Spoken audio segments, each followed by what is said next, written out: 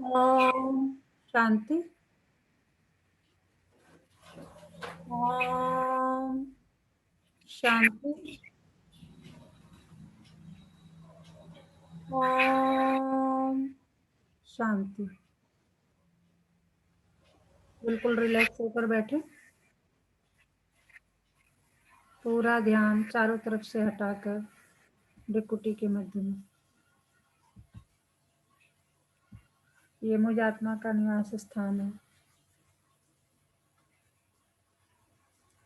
मैं आत्मा इस शरीर की मालिक हूँ। मैं आत्मा इन कर्मेंद्रियों की मालिक हूँ। मैं आत्मा बहुत भाग्यवान हूँ क्योंकि परमपिता परमात्मा ने मुझे पहचाना और मुझे रोज गुणों से शक्तियों से भरपूर करते जाते हैं। शुक्रिया मेरे बाबा, शुक्रिया मुझे अपना बनाने के लिए, मुझे रोज पढ़ाने के लिए, मुझे पतित से पावन बनाने के लिए। अभी मैं आत्मा अपने परम पिता परमात्मा के महावाक्य सुनूंगी। ओम शांति। आज 22 दिसंबर 2020 बाबा के महावाक्य हैं। पहले सुनते हैं मुरली का सार। मीठे बच्चे, तुम्हें अभी बाप द्वारा दिव्य दृष्टि मिली है। उस दिव्य दृष्टि से ही तुम आत्मा और परमात्मा को देख सकते हो। क्या कह रहे हैं बाबा? कि तुम्हें बाप द्वारा क्या मिली है? दिव्य दृष्टि मिली है, और उस दिव्य दृष्टि से ही तुम आत्मा और परमात्मा को देख सकते हो। प्रश्न है आज का, ड्रामा के किस राज को समझने वाले कौन सी राय किसी को भी नहीं देंगे? ड्रामा के किस राज को समझने वाले कौन सी राय किसी को भी नहीं देंगे?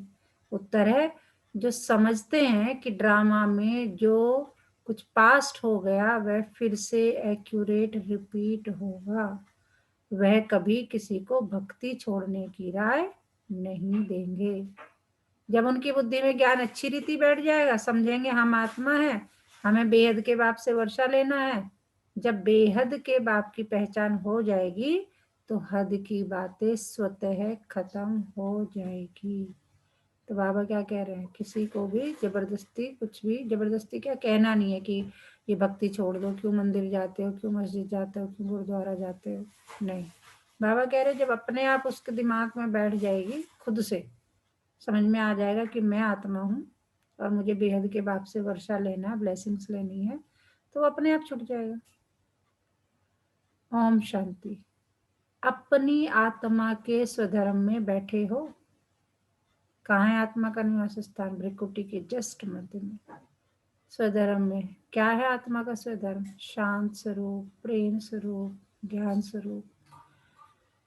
बाबा कह रहे अपनी आत्मा के स्वधर्म में बैठे और रूहानी बाप रूहानी बच्चों से पूछते हैं, क्योंकि यह तो बच्चे जानते हैं एक ही बेहद का बाप है जिसको रूह कहते हैं। सिर्फ उनको सुप्रीम कहा जाता है। सुप्रीम रूह या परमात्मा कहते हैं। परमात्मा है जरूर, ऐसे नहीं कहेंगे कि परमात्मा है ही नहीं। परम आत्मा माना परमात्मा, यह भी समझाया गया है। मूंझना नहीं है। मूंझने का मतलब होता है उदास नहीं होना है, कंफ्यूज नहीं होना है। मूंझना नहीं चाहिए, क्योंकि 5000 वर्ष पहले भी यह ज्ञान तुमने सुना था। आत्मा ही सुनती है। क्या है? आत्मा ही सुनती है ना। बाबा पूछ रहे हैं, आप कह रहे हैं आत्मा ही सुनती है ना। आत्मा बहुत छोटी सूक्ष्म है, इतना है जो इन आंखों से देखा नहीं जाता। ऐसा कोई मनुष्य नहीं होगा जिसने आत्मा को इन आंखों से देखा होगा। देखने में आती है परंतु दिव्य दृष्टि से, सो भी ड्रामा प्लान अनुसार। अच्छा समझो, कोई को आत्मा का साक्षात्कार होता है, जैसे कोई चीज देखने में आती है। भक्ति मार्ग भक्ति मार्ग में भी कुछ साक्षात्कार होता है, तो इन आंखों से ही वह दिव्य दृष्टि मिलती है जिससे चैतन्य में देखते हैं। आत्मा को ज्ञान चक्षु मिलती है जिससे देख सकते हैं, परंतु ध्यान में, भक्ति में बहुत भक्ति करते हैं तब साक्षात्कार होता है। जैसे मीरा को साक्षात्कार हुआ, डांस करती थी, बैकुंठ तो था नहीं, 500-600 वर्ष हुआ होगा। उस समय बैकुंठ था थोड़ी। जो पास्ट हो गया वह दिव्य दृष्टि से देखा जाता है। जब बहुत भक्ति करते करते एकदम भक्ति में हो जाते हैं तब दीदार होता है, परंतु उनसे मुक्ति नहीं मिलती। हाँ जी, कुछ कहना चाह रहे हैं? Hand raise. मैम शायद स्क्रीन नहीं चल रही, वहीं अटक गई है। मीठे बच्चे तुम्हें अभी बाप द्वारा दिव्य दृष्टि मिली है। ओके ओके ओके, चलो सुनो फिर, मुझे दिखाई दे रही है। लेट मी चेक, है ना? आप सुनते रहें, मैं ट्राई करती हूँ लेकिन।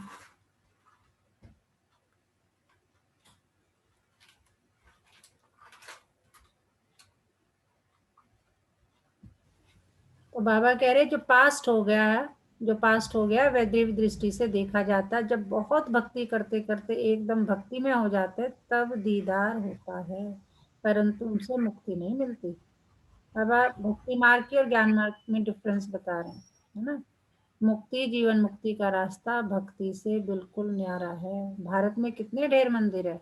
शिव का लिंग रखते हैं, बड़ा लिंग भी रखते हैं, छोटा भी रखते हैं। अब यह तो बच्चे जानते हैं। बाबा समझा रहे हैं भक्ति मार्ग की बातें और भारत की बातें कि शिवलिंग रखते हैं। चेंज हो रही है स्क्रीन? हाँ हाँ जी मैम, हाँ जी। जैसी आत्मा है वैसे परम पिता परमात्मा है। बाबा कह रहे हैं कि वो भी आत्मा है, तुम भी आत्मा हो, लेकिन डिफरेंस कितना है? अब जैसे लौकिक में भी देखो ना, मैं भी मनुष्य हूँ, तुम भी मनुष्य हो, घर का मुखिया है वो भी मनुष्य है और हम भी मनुष्य हैं, लेकिन वो क्या है, बड़ा बुजुर्ग है ना, तो उसे हम उससे उस दृष्टि से देखते हैं। या गुरु देखो, हम जो लौकिक में गुरु करते हैं तो वो भी मनुष्य है, तो हम उसे क्या कहते हैं, उसे बहुत इज्जत देते हैं, प्यार देते हैं। तो वैसे ही बाबा कह रहे मैं आत्मा हूँ, तुम भी आत्मा हो, लेकिन अंतर इतना है कि मैं परमात्मा हूँ, मेरे अंदर सारे गुण भरे हुए हैं, मैं गुणों का सागर हूँ।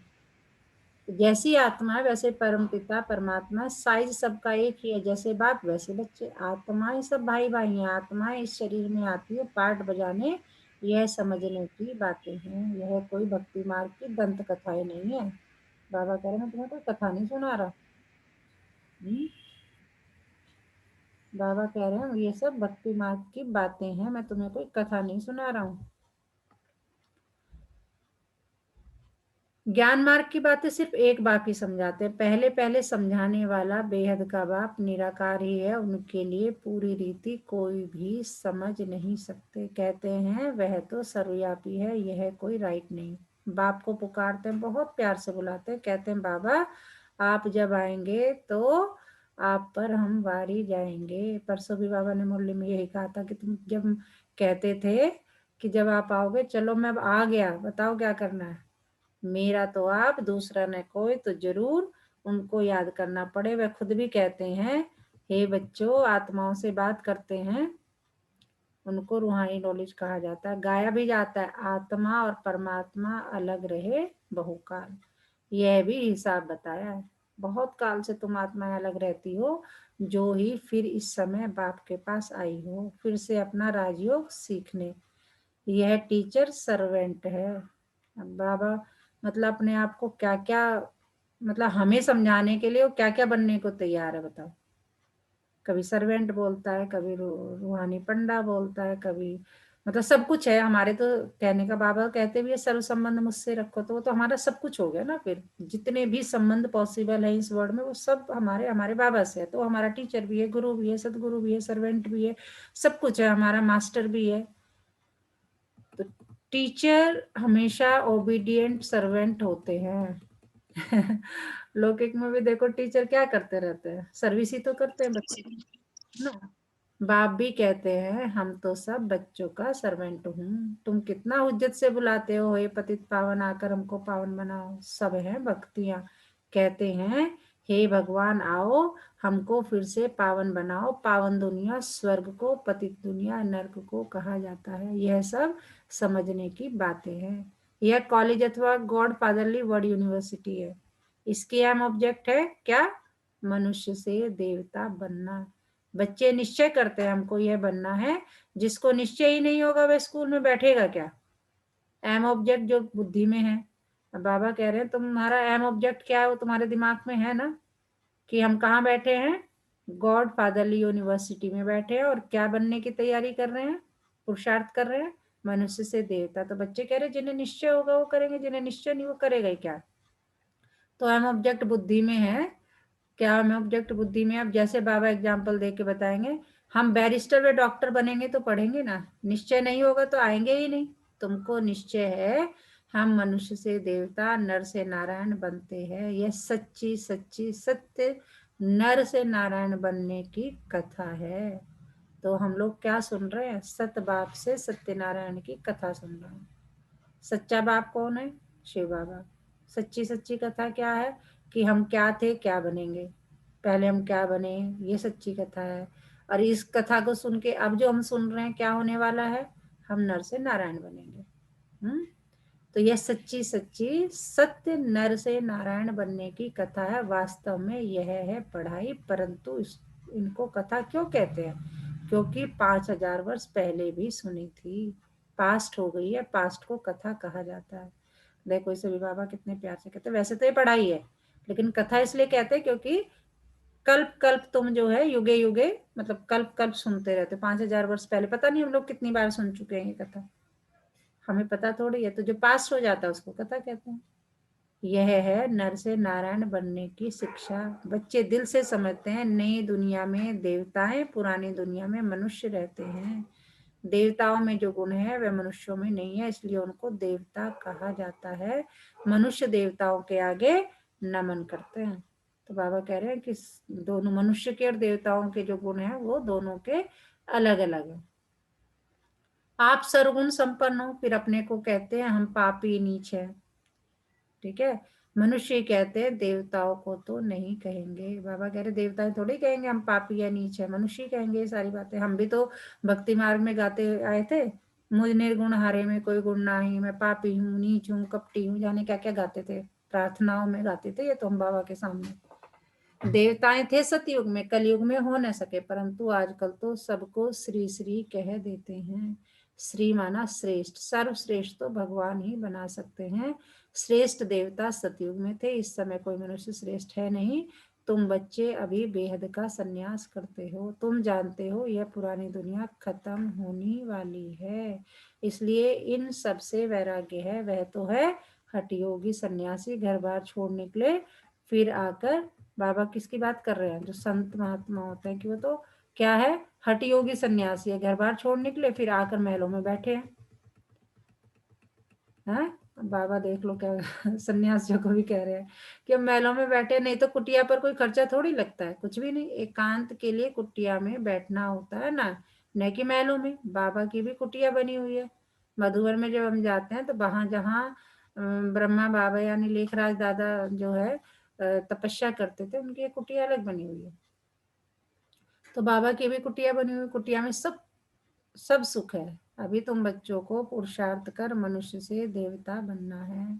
तुम जानते हो ड्रामा में जो कुछ पास्ट हो गया वह फिर से एक्यूरेट रिपीट होगा, इसलिए किसको भी ऐसी राय नहीं देनी है कि भक्ति छोड़ो। जब ज्ञान बुद्धि में आ जाएगा तो समझेंगे हम आत्मा है, हमको अब तो बेहद के बाप से वर्षा लेना है। बेहद के बाप की जब पहचान होती है तो फिर हद की बातें खत्म हो जाती है। बाप कहते हैं अंडरलाइन, गृहस्थ व्यवहार में रहते सिर्फ बुद्धि का योग बाप से लगाना है, शरीर निर्वाह के लिए कर्म भी करना है। अब जब बाबा बोलता है ना तो हम जैसे बच्चों की ना क्वेश्चन शुरू हो जाते हैं, बाबा बड़ा काम है, गृहस्थी भी देखनी है, काम भी करना है, तो बाबा उसको साथ में उत्तर दे देते हैं कि गृहस्थ व्यवहार में रहते सिर्फ बुद्धि का योग बाप से लगाना है, शरीर निर्वाह के लिए कर्म भी करना है। जैसे भक्ति में भी कोई कोई बहुत नोदा भक्ति करते हैं, नियम से रोज जाकर दर्शन करते हैं, देहधारियों के पास जाना, यह सब है जिस्मानी यात्रा। भक्ति मार्ग में कितने धक्के खाने पड़ते हैं, यहाँ कुछ भी धक्का नहीं खाना है। आते हैं तो समझाने के लिए बिठाया जाता है, बाकी याद के लिए कोई एक जगह बैठ नहीं जाना है। बाबा ये भी कह रहे हैं यहाँ आते हो मैं समझाता हूँ, यहाँ का मतलब मधुबन जाते हैं या सेंटर के सामने जाते हैं वहाँ समझाने के लिए बिठाया जाता है, लेकिन बाकी याद के लिए कोई एक जगह बैठ नहीं जाना है। भक्ति मार्ग में कोई कृष्ण का भक्त होता है तो ऐसे नहीं चलते फिरते कृष्ण को याद नहीं कर सकते, इसलिए जो पढ़े लिखे मनुष्य होते हैं कहते हैं कृष्ण का चित्र घर में रखा है, फिर तुम मंदिर में क्यों जाते हो? कृष्ण के चित्रों की पूजा तुम यहाँ कहाँ भी करो, अच्छा चित्र न रखो, याद करते रहो। एक बार चीज देखी तो फिर वह याद रहती है। तुमको भी यही कहते हैं, शिव बाबा को तुम घर बैठ याद नहीं कर सकते हो, यह तो है नई बात। पूछ क्वेश्चन मार्क है, शिव बाबा को तुम घर बैठे याद नहीं कर सकते हो, यह तो है नई बात। शिव बाबा को कोई भी जानते नहीं, नाम रूप देश काल को जानते ही नहीं, कह देते सर्वव्यापी है। आत्मा को परमात्मा तो नहीं कहा जाता, आत्मा को बाप की याद आती है, परंतु बाप को जानते नहीं। तो क्या सुना है अभी तक बाबा ने? सुप्रिया जी।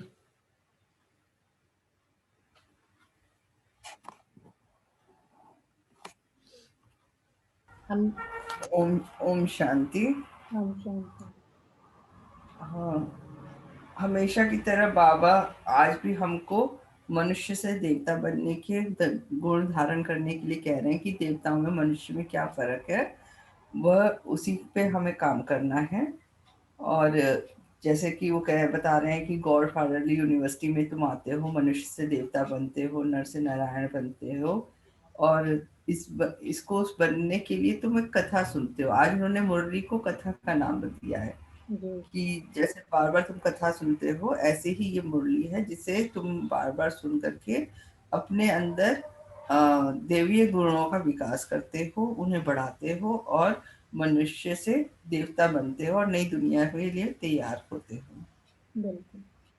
और हम बच्चों को पुरुषार्थ करके मनुष्य से देवता बनना है, गृहस्थी में रहते हुए भी। बाबा का यही कहना है कि आपको इसके लिए वैराग लेने की जरूरत नहीं है, एक कमरे में ही बैठ करके मुझे याद नहीं करना है, आपको काम करते हुए दैनिक जीवन की क्रियाएं करते हुए मेरे को बस याद करते रहना है। बिल्कुल बिल्कुल। बाबा ने कहा गृहस्थ व्यवहार में रहते कर्म करते हुए मुझे याद करो, जरूरी नहीं है एक ही जगह बैठे। तो बाबा कहते हैं कि 7 दिन का कोर्स किया ना, वो यही सब समझाने की बातें थी। फिर रेजगारी पॉइंट्स भी समझाई जाती है। पहले 7 दिन का कोर्स समझाया, फिर रेजगारी पॉइंट्स भी समझाई जाती है। बाप ज्ञान का सागर है ना, कितने समय से सुनते आए हो, क्योंकि नॉलेज है ना, समझते हो। हमको मनुष्य से देवता बनने की नॉलेज मिलती है। बाप कहते हैं तुमको नई नई गुह्य बातें सुनाते हैं।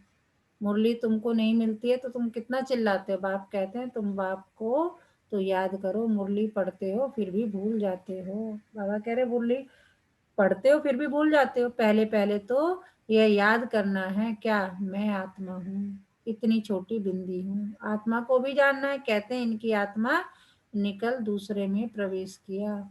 हम आत्मा ही जन्म लेते लेते अपतित अपवित्र बने हैं। पहले तुम पवित्र गृहस्थ धर्म के थे।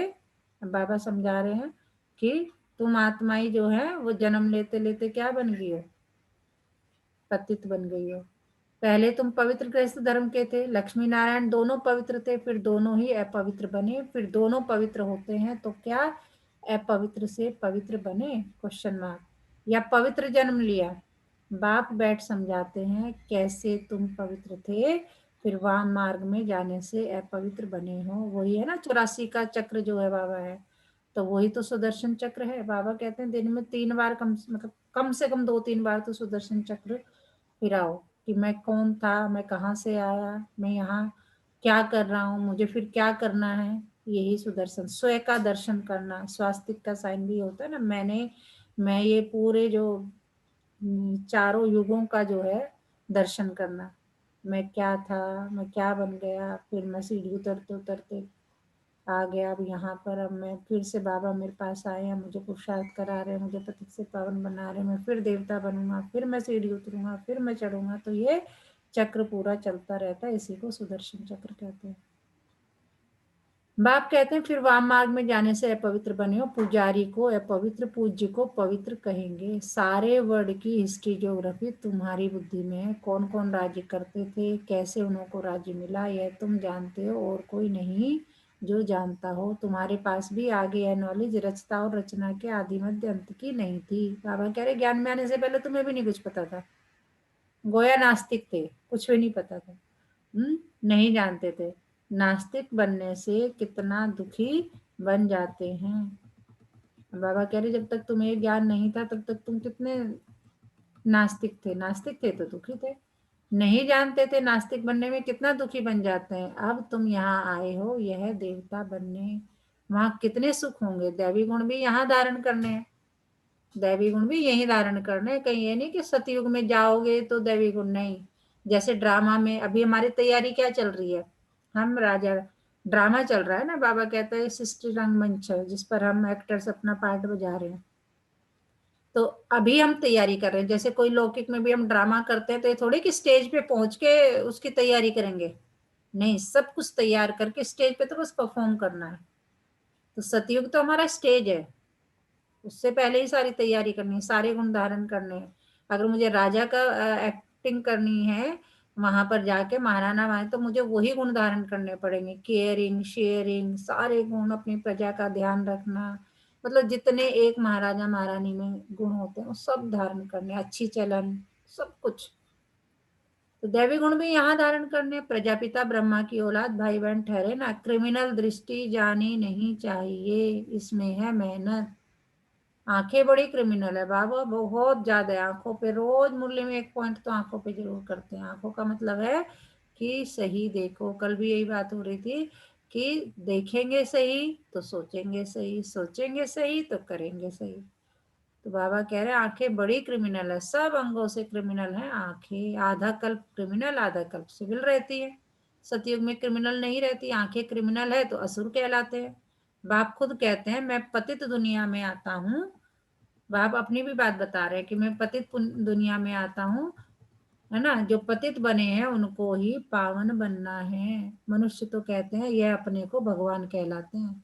झाड़ में देखो एकदम तमो प्रधान दुनिया के अंत में खड़ा है, फिर वही तपस्या कर रहे हैं। सतयुग से 7 दिन का जब हमने कोर्स किया था तो उसमें झाड़ का चित्र था ना एक, वृक्ष का जो है, जैसे वृक्ष पूरा उसमें।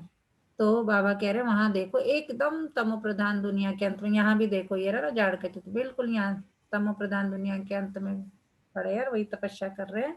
सतयुग से लक्ष्मी नारायण की डिनास्टी चलती है, संवत भी इन लक्ष्मी नारायण से गिना जाएगा। इसलिए बाबा कहते हैं लक्ष्मी नारायण का राज दिखाते हो तो लिखो इससे 1250 वर्ष के बाद त्रेता, शास्त्रों में फिर लाखों वर्ष लिख देते हैं। रात दिन का फर्क हो गया है ना, ब्रह्मा की रात आधा कल्प, ब्रह्मा का दिन आधा कल्प, यह बातें बाप ही समझाते हैं। बाबा कह रहे मेरे सिवाय कोई समझा ही नहीं सकता तुम्हें, क्या वर्ड की हिस्ट्री, ज्योग्राफी, आदि मध्य सब मैं ही समझाता हूँ। फिर भी कहते हैं, फिर बाबा बाद में कह रहे मैं ही समझाता हूँ, और फिर भी बाद में फिर क्या कहता है बाबा, फिर भी कहते हैं मीठे मीठे बच्चे अपने को आत्मा समझो, बाप को याद करो, उनको याद करते करते तुम पावन बन जाएंगे, फिर अंतमति सुगति हो जाएगी।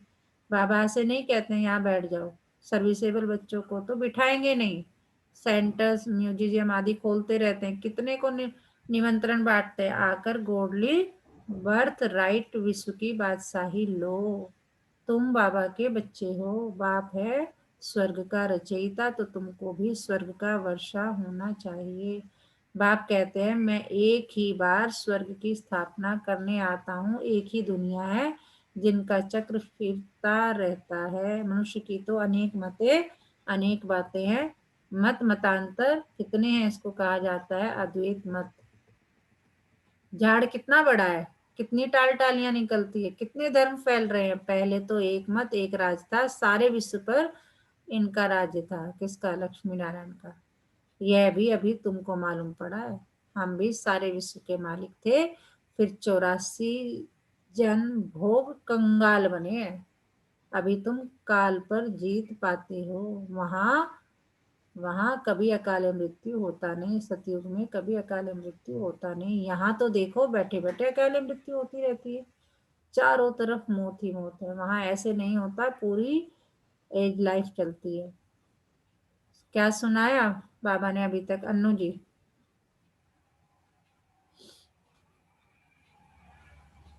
ओम शांति मैम। हाँ शांति। मैम, बाबा जी बोलते हैं जो हमारी आत्मा है ना, ये स्वधर्म है, जो इसका निवास है वो प्रकृति के बीच में है, और ये बहुत प्योर है। ये पवित्र है क्योंकि हम बाबा जी से ज्ञान ले रहे हैं।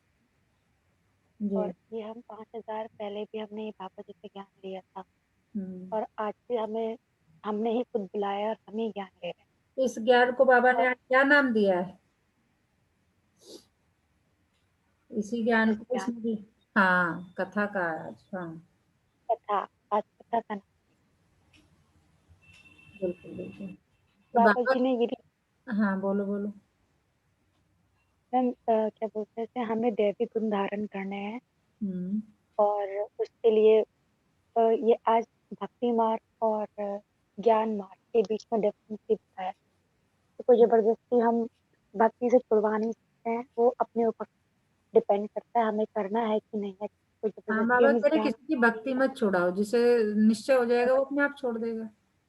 हाँ जिसको लगे, क्योंकि हम ये चीज तो जैसे कि अगर आपके घर में कृष्ण जी का भी चित्र है तो आप घर में बैठ के भी कर सकते हो। बिल्कुल बिल्कुल not important to go to mandir only. बिल्कुल। यही बोला है कि जो हम ये ज्ञान ले रहे हैं हमें हम्म, सिर्फ अपने बाबा जी को याद करना है, अपने एक कमरे में चलते हुए जाते हुए बैठ के हम कभी भी ये काम कर सकते हैं। बिल्कुल बिल्कुल बिल्कुल। ये भी बोला है साथ में कि जैसे कि आपको अपनी फैमिली को छोड़ने की जरूरत नहीं, फैमिली के साथ होते हुए आप गृहस्थ आपको ये व्यवहार में काम। रहते हुए कर्म करते हुए, है ना। ना बाबा कह रहे हैं कि अपनी सर्विस छोड़ो, काम छोड़ो, ना कह रहे अपने गृहस्थी छोड़ो, कह रहे सब कुछ करते हुए मुझे याद करो। बिल्कुल ठीक। भारत में प्योरिटी, पीस, प्रॉस्पेरिटी थी। 150 वर्ष एवरेज आयु थी। अभी कितनी आयु रहती है? सतयुग की बात कर रहे हैं बाबा। ईश्वर ने तुमको योग सिखलाया तो तुमको योगेश्वर कहते हैं, वहां थोड़ी कहेंगे इस समय तुम योगेश्वर हो, तुमको ईश्वर राजयोग सिखा रहे हैं, फिर राजेश्वर बनना है।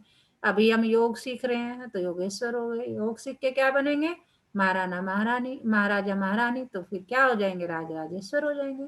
अभी तुम ज्ञानेश्वर हो, फिर राजेश्वर अर्थात राजाओं का राजा बनेंगे। अच्छा, मीठे मीठे सिकिलदे बच्चों प्रति माता पिता बाप दादा का याद प्यार और गुड मॉर्निंग।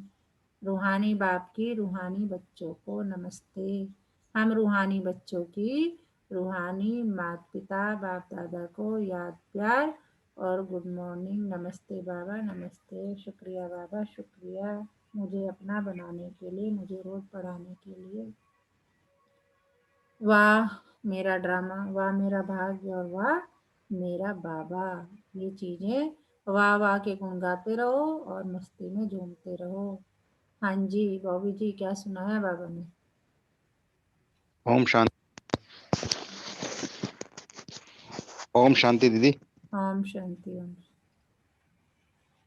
मैम आज बाबा ना हमें समझा रहे हैं जो ज्ञान हमारे पे चढ़ा हुआ था ज्ञानता का भक्ति काल से, उसको कभी टीचर बनकर, कभी सर्वशक्तिमान बनकर, कभी दोस्त बनकर और आज सर्वेंट बनकर समझा रहे हैं कि भैया अपने को शुद्ध बनाओ, अपनी चलन को शुद्ध रखो, चाहे आप किसी भी स्थिति में रहें। यहाँ पे गृहस्थ भी है और सन्यासी भी है। चाहे आप किसी भी स्थिति में रहें, अपने को आत्मा समझ कर मुझे याद करो तो सब काम स्वतः ही आसान हो जाएंगे। अगर तुम इसी संबंधों में पड़े रहोगे तो फिर से आपके कार्मिक बाबा अकाउंट कह रहे चलेंगे हैं ना, और फिर सर्वेंट से। का मतलब बाबा ने क्यों बोला? सर्वेंट का मतलब क्या होता है कि जो हम बोलते हैं सर्वेंट वो करता है।